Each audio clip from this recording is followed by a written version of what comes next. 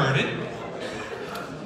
We'll talk a little more about this as we get into the event, but we are live streaming today. That's what the camera you see here is. One of the things in our sound test is it's really hard for that to work if there's lots of noise in the audience. So we'd ask you to keep that down so that when people are speaking, the system will pick up what they're saying so that it comes clear on the live stream. So first, welcome to CAO Dan Troke, and we'll let him get us underway. Thank you, Max. Welcome, everybody. So my name is Dan Troke. I'm the Chief Administrative Officer here at the town of Kentville. Before we start tonight, I would like to welcome Straideman and Monica, who will be doing interpretive services here tonight. If anybody needs additional support or more support, please come down towards the front here, and we can certainly work with folks on that front. Also, as you come tonight, anybody who's going to be speaking, if you need any support up here at the front when you're speaking, Max or myself certainly will assist in any way possible. And so thank you so much for working with us. Whatever we need to do, we'll be working with you tonight.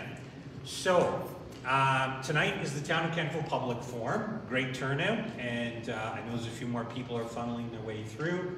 The public forum tonight is intended to be input from citizens of Kentville to Town Council. So as they're making decisions, as they're looking at policies, programs, investments over the coming months, that this information will be items that they'll be able to glean from here tonight and be able to use as part of their decision making over those next couple of months.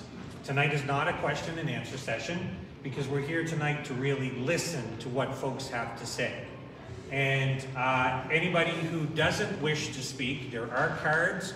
You can fill out those cards and leave them. If you wish to have communication back, please just identify that mechanism in which you'd like to have that, and we'll make sure that whether it's council or staff or whatever the appropriate response will be, we'll make sure we get back to folks on that front.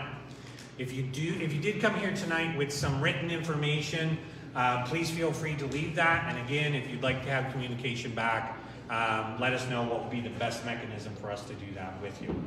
So to start tonight, back in January, the Town of Kentville Council each took an opportunity in one of our council sessions to talk a little bit about their priorities, the things here in the town that they were interested in exploring over the next couple of years. So we've kind of taken a snapshot of that just to get started. This by no means is an exhaustive list, and this is by no means the only thing that we expect people to stick to. It's just some of those items that you may see this, and it might tweak some thoughts, or you might even want to tailor some of your thoughts specifically to speak towards some of those things that you might see. So, Councillor Craig Gerard, in his discussion in January, talked about the development of land in the south part of the town, looking at mixed residential living with shops, wants to make sure that we maintain our historical buildings and ensure that any developments complement those characteristics that we see in the town. Craig talked about inviting innovators to Kentville to create renewable energy and continue attracting new businesses to the town. Craig is interested in innovative municipal policing, such as sharing services across jurisdictions. And also, from a capital perspective, the infrastructure really wants to stress we need to fix those things that need fixing. Councillor Paula Huntley. So Paula is very interested in affordable and equitable housing strategies. Basically, Paula wants to make sure that all of our policies and investments make sure they incorporate accessibility, inclusion, and diversity into our thoughts and how we go and deliver our programs and our various activities. Paul is looking to speed up the process of approving any housing projects and believes that an advisory committee for planning and housing would be a valuable committee to have, and supports the work of the Valley Regional Enterprise Network and Kentville Business Community and wants to see that continue on. Councillor Maxwell. Councillor Maxwell is supporting the regional recreational facility and very interested in the work that's ongoing there. Is looking at solar power projects and believes that Memorial Park would be a great place for that. Infrastructure projects of interest to Councillor Maxwell are McDonald Avenue, Brayside Drive, Chestnut, Cornwall Street, and is also interested on the accessibility side with regards to sidewalks on Chester Avenue and Klondike.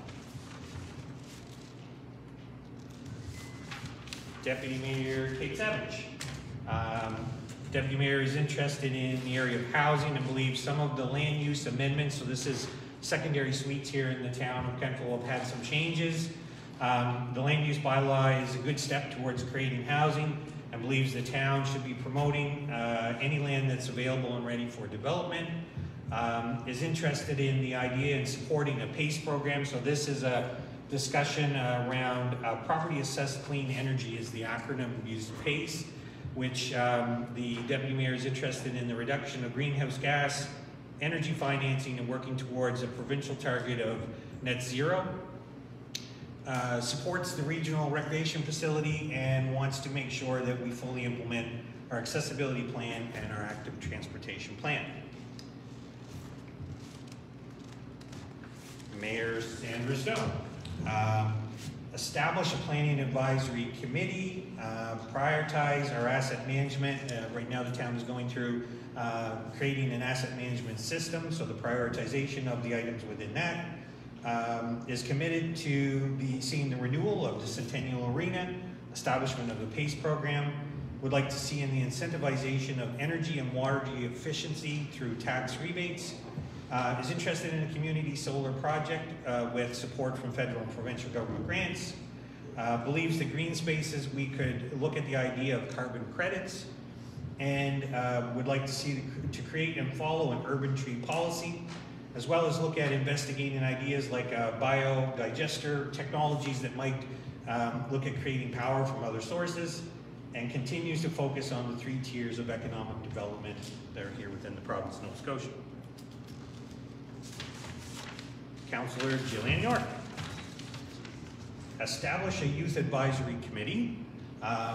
Likes the idea of a progressive environmental planning, looking at renewable energy, green technology, grey water usage, and net zero buildings, and believes that based on the truth and reconciliation work that's been done, there's a call to action for municipal units in the area.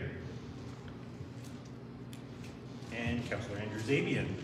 Councillor Zabian believes that we have to repair infrastructure, fix what's broken, repair or replace unsafe sidewalks and roads, specifically areas like Spring Garden.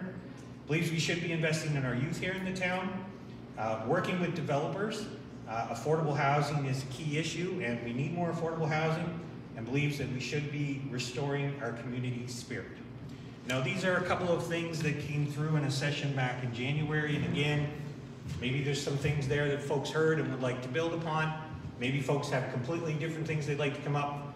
Please come forward. Max Chauvin is going to be monitoring our evening tonight. He'll be holding the mic and calling folks up for those who have registered. But again, come up, let council know are those things that you care about, those things that you want to see change, or those items that they should be thinking about as they're going to be making decisions in the coming months with regards to these and any other items within the town of Kentville. Staff are here tonight, so if anybody needs assistance with anything at all, please tap one of us on the shoulder and let us know. We'll be happy to work with you, whatever that would be. So I'm going to turn this over to Max now, and he'll be walking through kind of the beginning of the meeting. Thank you very much.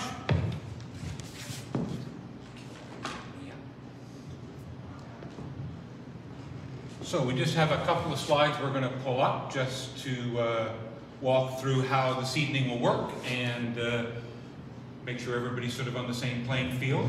First off, I would like to acknowledge that we are in Mi'kma'ki, the ancestral and unceded territory of the Mi'kmaq people. This territory is covered under the treaties of peace and friendship, which Mi'kmaq and Wallastoq peoples signed with the British Crown in 1725.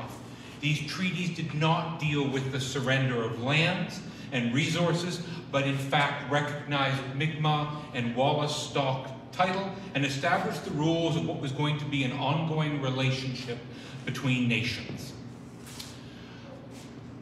I'm sure in every event you've gone to, or many of them, you've seen a land acknowledgement. It's becoming fairly common. One of our beliefs is that that is not enough. We need to do something beyond simply the land acknowledgement. And in our company, Chauvin Resource Development, we've made a commitment to study and learn from Indigenous meeting practices, because that's what we do. We do meetings. And so one of the things that I want to share with you tonight, most people are familiar with the idea of the Indigenous talking stick, which was a stick that was passed around in an event, and the person who had the stick is able to speak and others listen. Part of that practice is that when you spoke, you did not comment on the things that were said by the person before you. You shared your truth, your ideas, but that you did not have to comment on what was said before. So instead of worrying about how do I respond to the person who spoke before me, you can listen knowing that what you're going to share is what you've thought and your ideas. And even if they are diametrically opposed to the speaker before, that's okay. We can hold all of that together. So, a couple of just housekeeping pieces. First off, it is my goal that tonight is a safe space.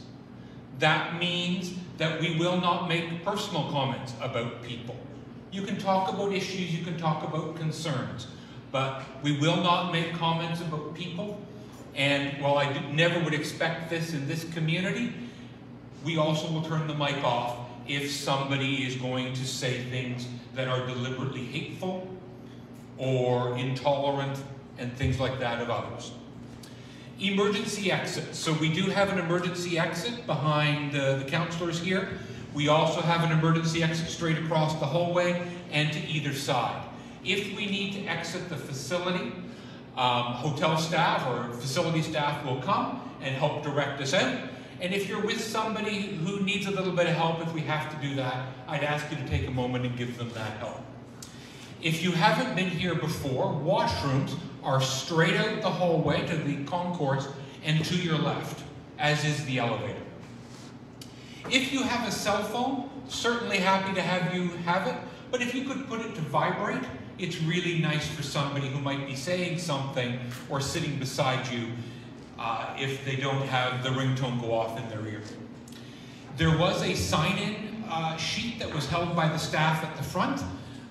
If you haven't got a chance to fill that out, we'd encourage you to do that. We've also had folks sign up to speak tonight.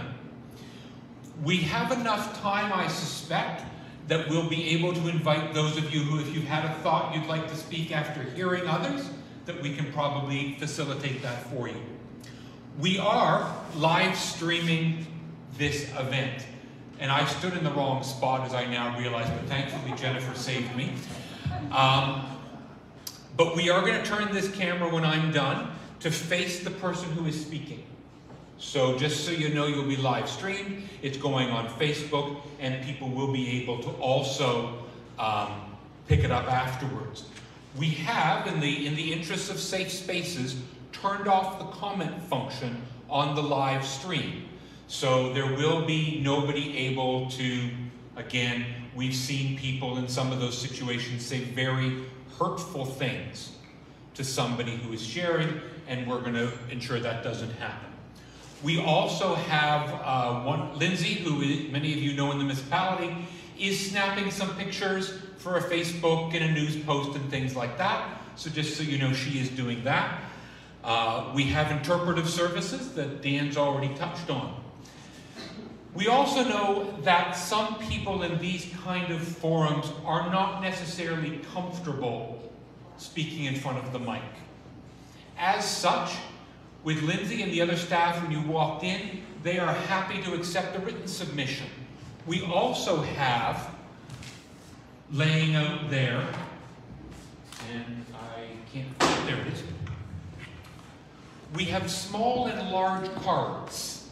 You are welcome to grab one and put some notes on it, put some thoughts on it. and you can hand that in to staff. So if something comes up to you today, let us know. Staff are in the back. If you'd like a card, you can just nip down, they will give you one, and you can hand those in. The other experience we have had doing this is that sometimes you have a thought afterwards, or you have a thought tomorrow. So at the end of the event, we're going to put a slide up with Jennifer West's email address. It's also right available on the website, so we're not sharing anything super secret. But if you have thoughts tomorrow or Friday after coming, please email them to Jennifer. We're going to compile those at the end of the day on Friday and then share them with council. So if that comes to you as well, you're welcome to do that. So for those that are going to come up, as Dan described, this is a chance for people to hear your suggestions. Members of council won't be at this time following up or responding to questions. We want to hear your ideas and suggestions. However, if you do put your information on a card, we will be able to follow up with you. So don't hesitate to do that. You've had to register, so I've got a list of folks to come up and speak. Everybody has 3 minutes. And the reason we have 3 minutes is to make sure that everybody gets an opportunity to speak. If we have time afterwards, we will invite those who may have thought, wow, I can go up and say something, I feel a little more confident. We'll give you a chance. And we also can provide somebody an additional time if we still have time at the end. Again, we can hold multiple ideas at the same time. So don't be concerned if the person who speaks before you says something and you're thinking, I want to say almost the exact opposite. That's great. Come forward, feel good with that. When you come up, I'm going to hold the mic. We are conscious that we still live in a time of COVID. And everybody grabbing the mic will be of a concern for some people, and that way it's only going to be me. Dan and I both cleaned our hands before doing it so that we're not passing anything along, but this way it's safer for everybody. And the mic is quite good, so you don't need to be right here to have it pick your voice up, so I'll hold it for you. That way you're free to use your hands and so on. What we would ask when you come up is to say your name and where you live. And then you're free to share whatever you want to share. So before we kick things off and invite our first speaker up, any questions? Everybody okay with all of that? Okay, then that's great. I'm going to put my mask on again, just so that when the person comes up to speak, that they're not too close to me in case they might be uncomfortable with that. But projection is not my problem, so it'll be okay. As Dan knows, my first job was a civilian military instructor teaching open water rescue. I can stand in the harbor in a gale and you can still hear me 100 meters away. So not an issue. So the first person we'd like to invite to come up is Linda Durling. And I will apologize in advance if I mispronounced your name, and please invite you to correct me. If you want to come right in front of the table, and you are all set. And you can face that way, and that way you're right on the live stream, and I'll hold the mic so everybody can hear you. Okay. Linda Durling, 34 Deerhaven Drive here in Kentville. Thank you for this opportunity to speak to your meeting. You absolutely. Citizens can make all the presentations they want to, but if the people they are presenting to do not have the capacity to entertain what is being presented, all is for naught. I hope you will take something away from what I am presenting tonight. People, for the most part, do not ask for much for themselves personally, but do expect, demand, have a right to good governance. I have lived here 8+ years, and my perception is that Kentville is being run fairly. We are a small population, that is good, and given the small number, we should be able to keep our affairs, problems under control. I cringe when I read on a daily basis of the corruption in the world. Please, Council, set yourself to a high standard. I set a high standard for myself. I expect no less from my elected council. As a citizen of Kentville, I ask you to look at all aspects of proposals you receive, so not just a person or small group of people benefit, but what is enacted is of benefit or does not negatively impact on citizens as a whole. For example, a one-time variance, clearing of land that should be left as natural habitat. I encourage council to challenge all other Nova Scotia towns and municipalities to set these same high standards. I like the idea of voting for the person I think best suited for the job. I would not like and strongly advocate against political parties being part of the town municipal politics. When allocating monies, look at a comprehensive plan to address all those affected by said allocations. Do not just give money out to individuals, groups. Look at why they are asking for money. And if this person or group can be brought under one umbrella to benefit them and others, then that would be a better plan. Ask for full accountability for any monies allocated. Natural areas. I think most people in the valley appreciate the natural feel of the area. However, is there a detailed plan of natural areas that should be protected in perpetuity? We have Miners Marsh, Experimental Farm, I don't know if that's protected land, Confederation Trail, Bird Sanctuary, and I'm sure other areas I'm not aware of. Are all the wetlands surrounding the Annapolis River protected? A detailed study of lands in the Annapolis Valley, starting with Kentville to be protected, should be undertaken to preserve what we can now. Almost finished. Challenge our citizenry to be active, not just in a competitive sense, but as part of our daily routine. Get up, get out, get moving. Challenge us to be healthy, good eating habits, keeping a healthy mind and body, being good citizens and good neighbors. Positive, positive. Yes, promotions are done to encourage this, but how effective are they? What can be done to better encourage people to take charge of their lives in a better way? Be mindful of how we live our lives. Truly it makes a difference. Thank you. Thank you very much. So the next speaker I'd like to call up is Tammy Sampson. Absolutely, thank you, Tammy. Scott Pope.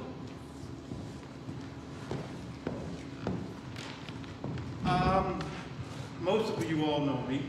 My name is Scott Pope. I live on the east end in town, right by Burger Hill. And those are some of the things I want to get off my chest right now, because I think if we want to develop things for our youth, which a lot of you have mentioned, Burger Hill is an underutilized piece of the town. The town now owns it. It's owned it for quite a while. More things can be done. More things can be done for that area to make it happen for kids. I guess that's my big thing I want to get out. But also going on to the ravine. I know that's gone under a lot of stress lately, but at one time, the ravine entrance started at Main Street. Now you have to go up into the research station.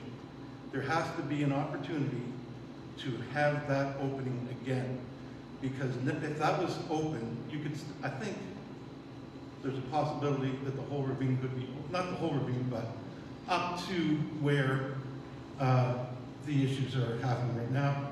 It could still be open at that point in time. I'm also a big proponent of youth sport. As you can tell, I'm very involved in local basketball and a lot of other sports as well in the past. We need that regional facility in the town. Plain and simple, it has to be in town, not in the county. Having it in the town will only boost the economic and bring it up for the whole town. More money involved for everybody. I get emotional, and I apologize if I stumble a little bit. But the youth is what's going to take us into the future. And having them right now, I don't see much happening for them. There's no place for them to go. If we had a place like that recreational facility, there would be a drop-in place for kids. Even like for kids that don't even have a place to live. My goodness, I've seen so many kids that have struggled with their home lives. And if we had a place like that, that would be a nice, beautiful place for them to go, drop in for even like a nice warm meal, whatever, have a game of basketball, volleyball, indoor soccer, whatever. But we need, the Centennial Arena is great, but we also need to have a new rink, an indoor swimming pool, running track, and so on. Those are some of the main things that I would like to see as a longtime resident of the town. And people have said, no, that recreational facility, it doesn't belong in the town. Well, I'm here to say that the town needs that recreational facility for the kids and for everybody else. And I'd like to end off by saying, I've seen many councils in the past. My father is a former councillor and mayor. And for the town to succeed, council needs to work together, not against one another. So please, as a group, come together and make this town successful to what it can be. Thank you. Thank you very much.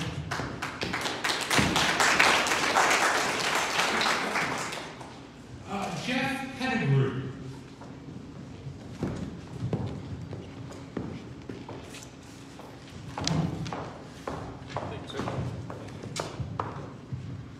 Hello everyone, my name is Jeff Pettigrew. I live on Park Street in Kentville. I'm here this evening to draw attention to the suffering that we have all experienced this past winter due to snowplows repeatedly burying us in our driveways. And there is a better way. I've expressed that to council on many occasions through letters and emails. I've also expressed it to Public Works through letters and emails. One of those ways that we can solve this problem is a high gate plow attachment. I've asked Andrew Zabian to speak on that, and he has spoken to council about that idea. Basically, this council and this Public Works Department have stated in the past they've looked into this issue. I don't know what that means exactly, but they did that a few years ago and then they did nothing. We continue to be blocked in our driveways and we have to dig ourselves out, and we pay for that. And that's just not right. I've written several letters to Public Works, to Town Council, to Kings County about this issue. My question is, does this council not care about the extra work that they are having us do by repeatedly doing that? Do they not care they're preventing first responders like ambulances and fire trucks from arriving at our house if we need them because our driveway is blocked? And we might have already shoveled our driveway an hour ago, but now we need the fire, or now we need the ambulance, and they can't get in because it's been snowing again. Okay. Does this council not care that they're forcing us to do their job for them and to pay them for that? Does this council not care about accessibility to town services, shopping, going to school, or going to work? There is a better way. I've shared videos, I've shared data information with council and with Public Works.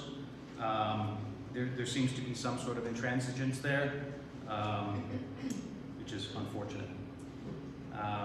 To the people gathered here, I really hope that I can have your support in demanding that these folks, that we get that kind of technology here in Kentville, because we shouldn't have to dig out our driveways repeatedly. And ask them for this technology to solve that problem. To the people sitting on council in front of us here, please stop blocking our driveways. Thank you very much. If anybody does want to learn more, please, you can see me afterwards and I can show you the technology. Okay, thank you very much. Thank you, sir.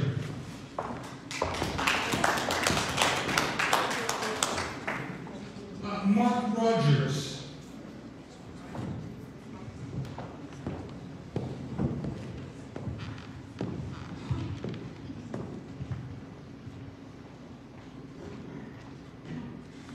Good evening. My partner wasn't sure she wanted me to speak because sometimes when I get started, I don't know when to stop, and I know that that's your job, so I'm not worried about that. First off, Mark Rogers, I'm on Park Street, Kentville, and I'm going to I'm going to comment on our friend Scott's comment. Living next to Burger Hill. Burger Hill is named after my grandparents and my mother, Sylvia Burger, grew up on Burger Hill. So I feel quite anchored in this town. I haven't always lived in Kentville, I've always lived in the valley. And I'm back in Kentville, and I'm quite passionate about the town. I want to start by thanking council and the staff for organizing this event. I feel it's important that the public have an opportunity to maybe back up, that they are allowed an opportunity and to be forced to speak to our representatives so that they can understand from where we come. My biggest issue tonight, the reason I stand here, is we can give all the great ideas to council that we can think of. We can talk about snowplow. We can talk about recreation. If council isn't in a place to put those into action, then it's all for naught. And I say that respectfully, that I've attended some council meetings in the past, and it seems to me that there's something that's getting in the way sometimes of the council being able to do their good work. I voted in the past election, I voted in every election. I take that responsibility quite seriously. And I want to think that when I put my vote, my mark on the ballot, that those people take that seriously and they're willing to work on my behalf. I have to say I do support and respect the fact that council had some workshops recently, rules of order. I think that's a very important part to running of any good meeting. It keeps things calm, it keeps things orderly, it allows, everybody to have a voice. I think that's very important, and kudos to the council and for making that happen. But there still seems to be something that's keeping the council from working as a cohesive unit. So I stand here tonight to implore you that on behalf of myself, on behalf of everybody in this room, and on behalf of all the residents of Kentville, the taxpayers, who quite honestly, frankly, pay your stipend, that whatever it is that's preventing you from doing the good work that we, as proud citizens of Kentville, expect, we want you to get past that. We want you to work together, throw personalities out the window. You can have them when you leave the council chambers, but please, sit down, work hard on behalf of the residents of Kentville. Thank you for your time, and thank you, Mr. Bett.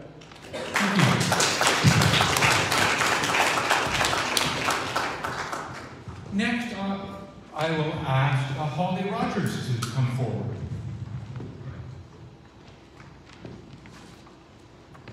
Hello, I'm Holly. I live in North Kentville, and I also lead the town's Women on Wheels group. And I'm here to talk a little bit about accessibility and a little bit about biking. So, I want to point out that there is no safe way to get from one end of the trail to the other. And I know that this town has talked about bike lanes in a long time. And I want to point out that I've not always been disabled, and I took a lot of things for granted when I was able-bodied that I never noticed when I now use mobility aids. And in my group, I do have women who do adaptive cycling. So that means a hand cycle, or a recumbent bike, or a tricycle.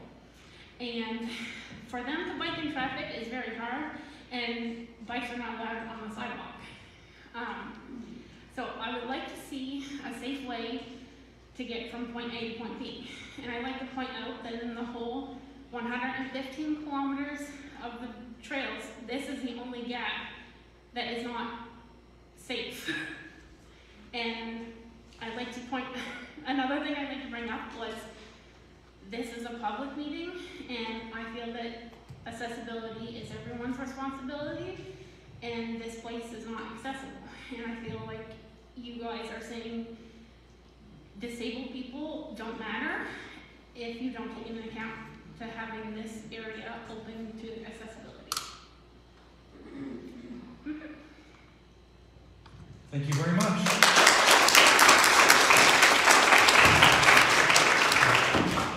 Joey Thief. And I hope I pronounced your last name correctly.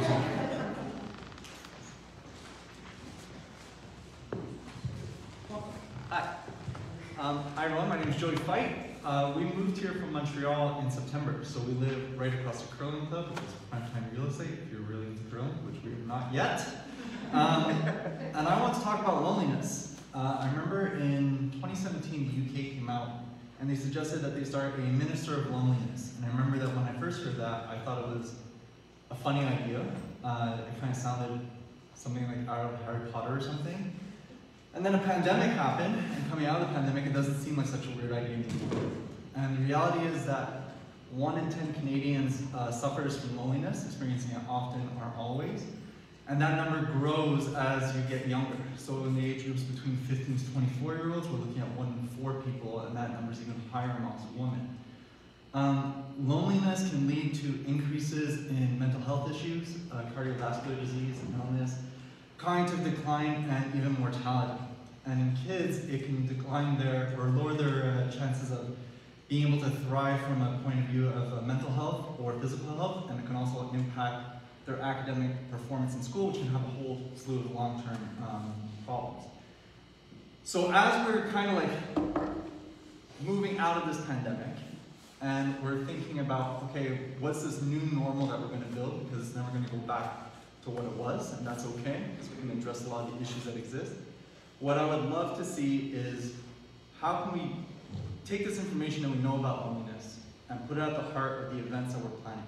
How can we promote that social connection, that social interaction, and strengthen that sense of community that's here, so that the people who are suffering of it don't have to go at it alone, and that they know that there is a place where they belong, and a place where they are welcome, regardless of their level of ability, their age, their sexual orientation, or just who they are as individuals. I think the town, having moved here, I can't tell you how much we rave about Kentville to all the people who ask us why we moved to Nova Scotia. I think, and also we were sold here because of the town's website, so shout out to the comms teams. But we love Kentville, and we love what the town has to offer, and we really want to see the community continue to grow stronger, and I think that comes from you, from the top, but I also think it comes from all of us, making sure that we're going out of our way to introduce ourselves and say hello, and take the time to attend events so that we can connect with our neighbors. And I think it also goes from the examples that you lead with in terms of what we do on an everyday basis to what we see in council meetings. So that's just an issue that I want to bring to your attention. Thank you so much for your time for the event. I appreciate it. Thank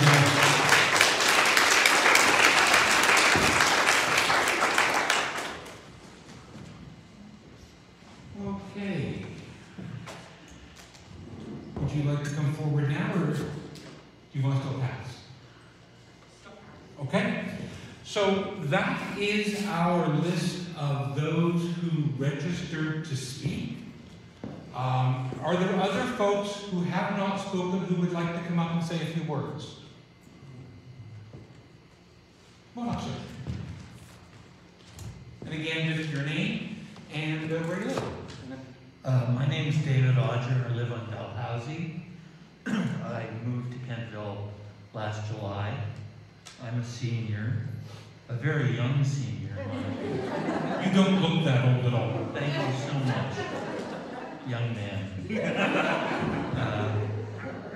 Somebody spoke recently about the snow plowing situation in town, and I am absolutely delighted that the streets get plowed as well as they do, but I'm concerned with how frequently my street is plowed, because I happily bought this year a snowblower for the first time, an electric. I call it my Tesla.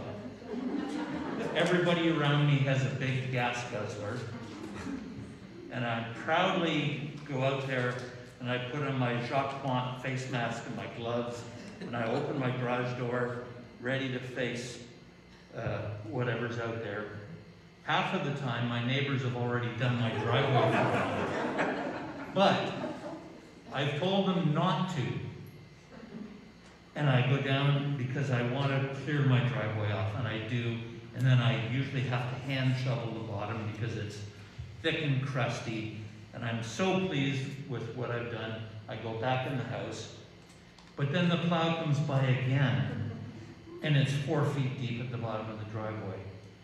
So the guy across the street takes pity on me, and he comes over with his big gas guzzler and helps me clear out the bottom, and we're done, and I go in the house. The plow comes by again. This is the same snowfall, and I've got 3 feet this time. And my concern that I wanted to express is not that it's not being plowed, it's being plowed too much on some streets. And perhaps there's a technology that will enable the driver to avoid putting all the snow in Kentville in the bottom of my driveway. If there is such a technology, I'm all in favor of it. But it's a little too much of a good thing right now. And that's all I wanted to say. Thank you. Thank you very much. Again, I'll invite anybody else who'd like to come forward and share. Absolutely, come on up. That's my stepdad. That'll inevitably be our job, so I did want to say I'm Just your name and where you're from. my name is Katie, and we live on Duncan. Sorry. We live close to Duncan. We just recently moved here about 1.5 years ago as well. And I want to say we're proud dog owners. We own a little puppy. He's 2 and very cute and barky. But we do have a lot of neighbors that also have dogs, and there is nowhere to take them for off-leash. The closest is Kingston or Hansport, which are also great options so far.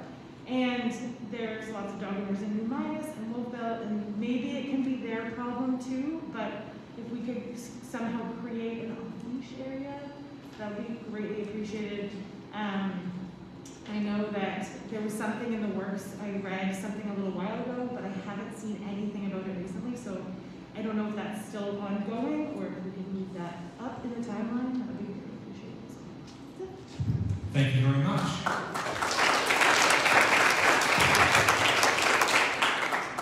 Anyone else that would like to come up who hasn't had a chance to speak? Excellent. We'll take it on, and then you, sir. Hello. Okay. My name is Tammy, and I live in Kentville, and I'm not really great at public speaking, so I'm going to try and make this pretty fast. I'd like to encourage and see more diversity in the town. I've lived here all my life and feel very isolated and not a part of the community unless I force myself to take part in the community. And I'd like to see some more outreach to encourage people that are visible minorities to take part and be able to be part of the council and learn what they need to learn to get involved. I also think that we need to do some work around our seniors and building on isolation, especially during the pandemic and even outside of the pandemic. We have retirement homes and nursing homes for some seniors, but what about the seniors that are just living throughout the town? Who checks in on them, who talks to them, who works with them? Of course, always I'm interested in the youth. How are we going to have great leaders of the future if we're not encouraging them and mentoring them now? I'd like to see some research and work done in that area. I'd like to make sure that you're taking into consideration small business in Kentville and promoting having diversity in those. You know, it'd be nice to be able to walk into a store and see somebody that's reflective of myself. And I'm sure a lot of other people feel like that too. Transportation is a real issue for a lot of people. They can't, housing, transportation, and mental health. Some of those go hand in hand, but I'd like to see some more work done in that area and a lot of work around encouraging people to come out and trying to lessen the stigma around mental health and all that kind of stuff, because if you can't get the people out to take part in those events to better themselves, some of them don't even realize how far they could go. We need to be uplifting our citizens and each other. Thank you.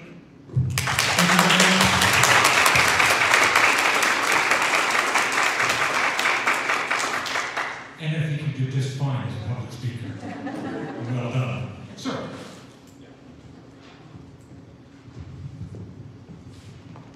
Equal to her, not necessarily the greatest public speaker in the world. But I have a couple things. Your name and your It's okay. Kevin Bennett, 29 Mitchell Avenue. I've been here for 23 years. Number one, I moved my family here 23 years ago because of the town and everything that this town has to offer. So I have a couple different things that I wanted to bring up today. Number one, this town is run by some of the best people in the province, hands down. I know them all personally.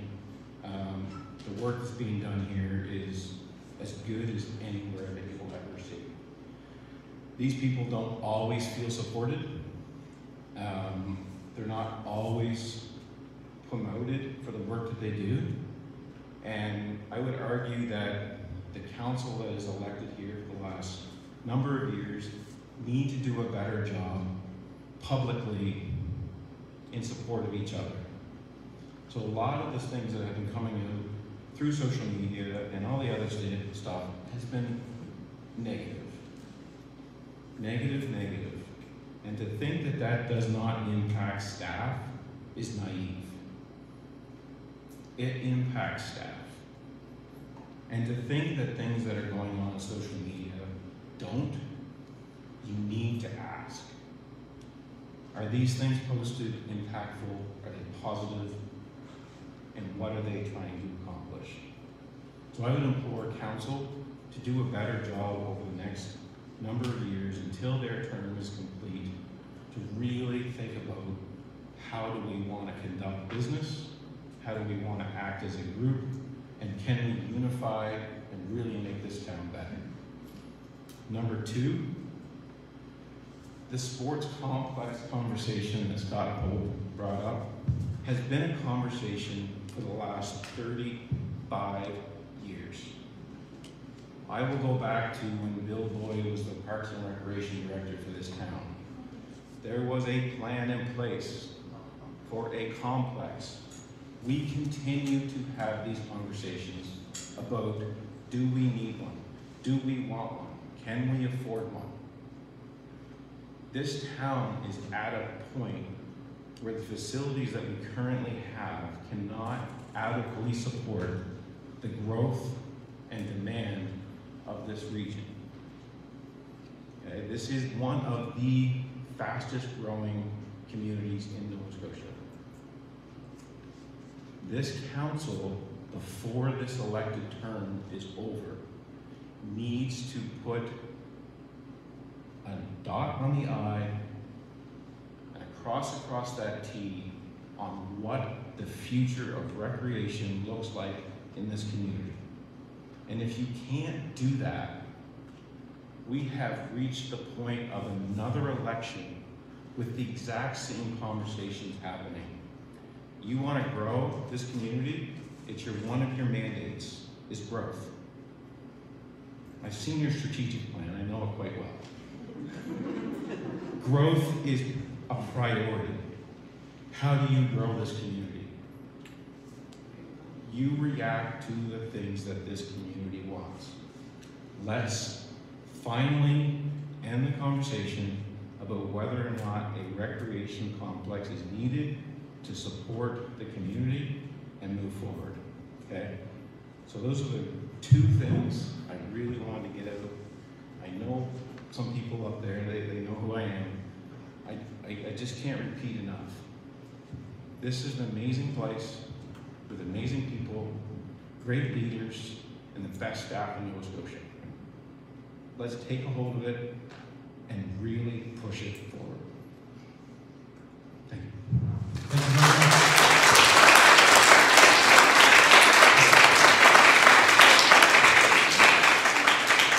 I try and drop the mic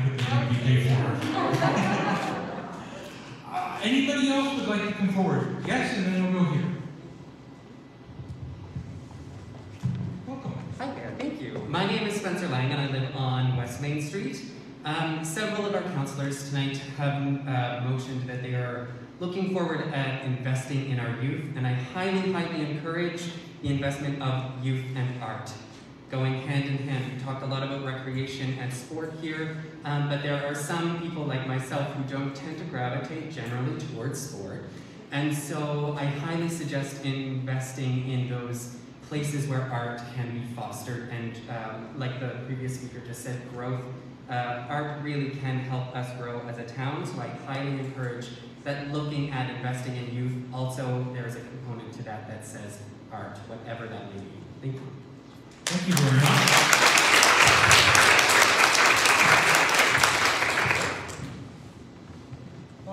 Hi, my name's Jill. I live on Elizabeth Drive in Kentville, which is technically in Kings County, but I pay town of Kentville taxes. So, I just wanted to say that for myself, I've lived in the Valley for 30 years, and I actively sought out a job in Kentville so that I could purposely move back to Kentville. We've seen great change in the town over the last number of years. We've seen new businesses move to the town, which I think is great. I think the town is looking great, it's cleaned up. You know, especially in the summertime, the flowers are beautiful. Like, the town overall is, I don't know, it looks perky, it looks new, it looks fresh, and it's so exciting to me to see new businesses move here. There's a lot of business owners in this audience here tonight, and there's business owners that sit on council too. And, you know, I'm one of those people that have watched a lot of the council meetings and have been quite disappointed with what we've seen happen in those council meetings. I think we need to see council encourage growth to come to this town. And yes, that has happened in some avenues, but in other avenues it hasn't. And I think we really need to see a council stand behind everyone who wants to bring business to this town, because that's going to move the town longevity-wise and increasing business. And I know my thoughts are a little jumbled. I didn't really prepare to say anything. I myself am a very active person. I'm a strong user of the town trails as far as cycling and hiking. And one thing that I'd love to see is the rec department maybe increase activities, especially for children, to utilize the opportunities that we have here for recreation. I participate in the Valley Stove and Cycle organized bike rides, which are fantastic, but I'd love to see more opportunities for kids to get out. Maybe their parents aren't cyclists or their parents don't hike. You know, more activities for kids so that they can get out and enjoy all that Kentville has to offer. You know, before I started hiking with Valley Stove and Cycle, I really didn't know about all of the trails that truly exist here, and they're fantastic. There's been a huge amount of money invested in building those, maintaining them, and keeping them in great shape. So you've got lots of opportunities to do organized bike rides with kids, hiking, snowshoeing, you know, hide and seek, or like you're going out and planning an activity there. I think we need to see more of that, and especially as COVID is hopefully coming to a time where it's behind us, I think we need to build that up. And families became a lot stronger throughout COVID, where they were spending so much time together. So I think we really need to see that fostered here and continued. I love seeing things like the farmer market. For me personally, I work in agriculture research, so you know, agriculture is a huge part of my livelihood, and I love seeing those kinds of activities happening in the town. And you know, we've had some homeowners tonight talk about snow plowing, and I know that that seems to be a point of contention. Personally, I come from a family who's been in the snow removal business for probably about 50 or 60 years. And, you know, my fathers and grandfathers have been working in that business for a long time. And as someone who sees them return home after a 20-hour shift in a piece of machinery, or even longer than that, sometimes days out in a payloader or a truck, you can see that exhaustion in their face. And I know that that pile of snow at the end of your driveway may be frustrating at times. We all encounter that. But I think that we need to have a round of applause for the snowplow operators, because it is one of the most difficult, challenging jobs out there.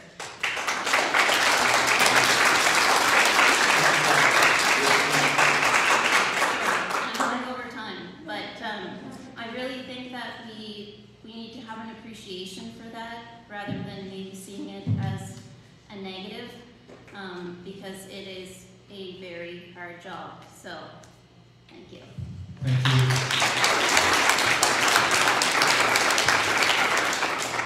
Anyone else who hasn't spoken like to have a chance to say a few words?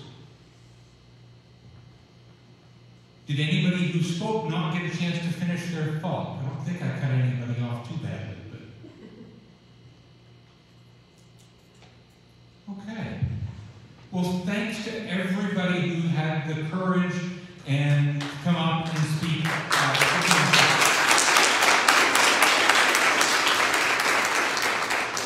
For someone like me who comes up and speaks in front of groups all the time, it's not a particularly challenging thing, but for some, it really is a lot of work, and we have one more person going to jump in, but it's a lot of work to do, and so I really want to let you know that we, on behalf of Council, really appreciate those who took the time, and we have one more speaker before we sort of move to wrap up. Marian Zagian, and I'm on Anderson Boulevard. I heard a lot of people tonight talking about two groups, youth and seniors. I have children, and I'm pretty sure a lot of parents out there have seen the effects of COVID and what it has done to their children. I'm also, I work at Finney's, so I'm always interacting with the seniors, having conversations. I have no idea the impact that COVID would, the great effect that it would have on our seniors and on our youth. I have 4 children. I have an extrovert and I have an introvert, and then I've got the 2 in between. My extrovert had an extremely hard time during this COVID, and it was very hard for me to see her go through what she went through. I also met many seniors who dealt with loneliness in ways I could not even imagine. We all get lonely at times, but I mean the severity of it during COVID, especially for those who live by themselves. They don't have that companion. I mean, some of these stories were honestly heartfelt. I felt so bad for them. To go back to my daughter, who has dealt with a lot, bullying, you know, the isolation from COVID. Me being her mother, I'm her mother, so she's not going to be open with me. So I thought to myself, if we've got one end, the seniors, you know, the ones that are in between, so they're not in a nursing home, they're not in a home, they're by themselves, and then you've got children who are dealing with the after effects of COVID. Could we not put together some type of program where we get both seniors and our youth together to talk, do whatever it is, you know, to do, and maybe teach our children about, you know, how to respect our elders, how to do this, how to do that, but at the same time, we're giving seniors that little bit of comfort where they have a little one around and, you know, they get a chance to feel young again, I guess. It's very, very disheartening for me to hear some of these stories. It's even worse for me as a parent to see my child, and I'm not the only parent, but to see my child suffering from, you know, what COVID has done essentially, and we need to do something about it. Regardless of whatever problems is faced or within council, within whatever, we're forgetting the 2 groups right now that are going to be suffering and going to be facing consequences in the future. Our seniors in our youth. We need to implement a program for them so that we can prevent any future consequences.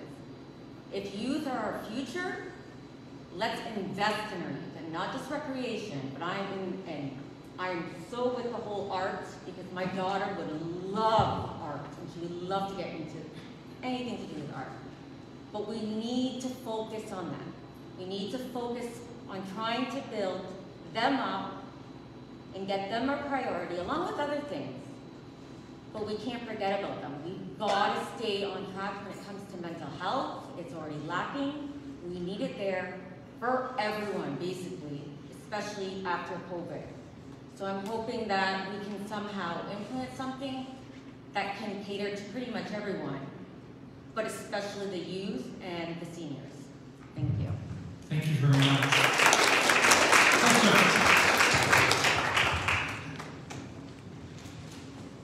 Well, thank you. My name is Steve Healy. I live on Chester Avenue, and I've lived here in this town for well over 60 years.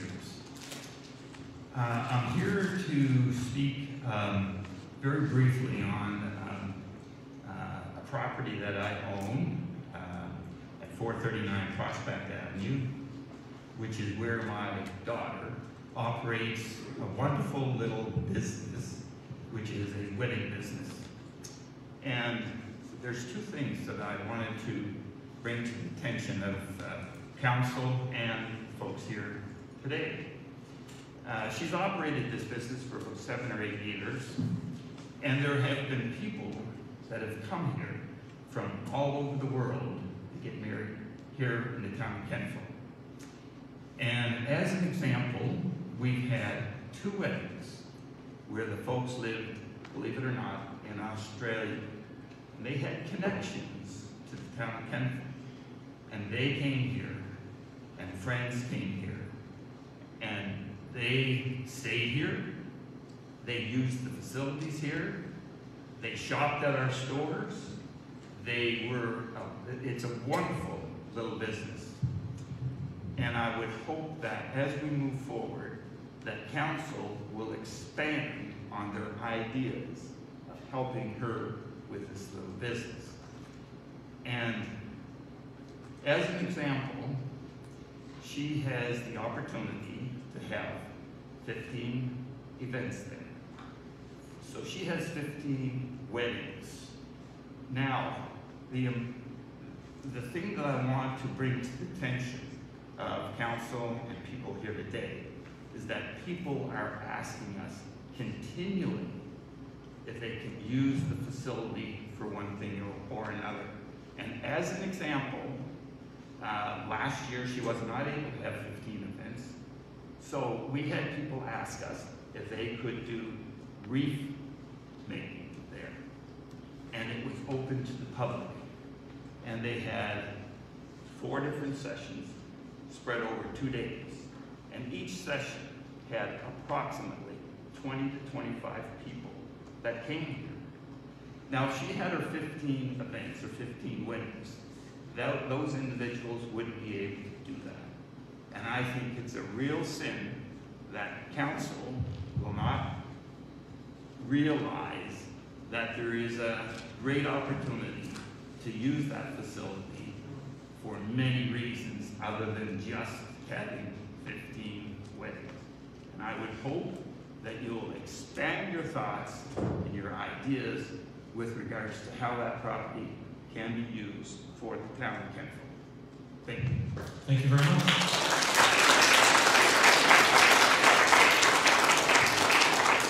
So, last call. Hearing none, what you're... Could I add to mine? You can add to yours, absolutely. I add to what Spencer was saying. We definitely need more of the arts brought back into Kentville. The Chalk Festival that was here a few years ago, that was a big win for the town. That needs to come back. We do have the murals that went up last year, and they look amazing in the town, and they make the town look that much more vibrant. We need to have more of those as well. Plus, we have like Center Stage Theater in town. thank God that's starting to open up. It's another outlet for many people that enjoy going to see those shows. And I, for one, I want to say the students in our local schools who put on these beautiful productions, either in the school or at Acadia. My God, we have so much talent in this town, in this area. We need to promote them even more. So we need to build those kids up and make everyone, if it's either sports, drama, arts, whatever, they need to survive and they need to go forward. Thank you.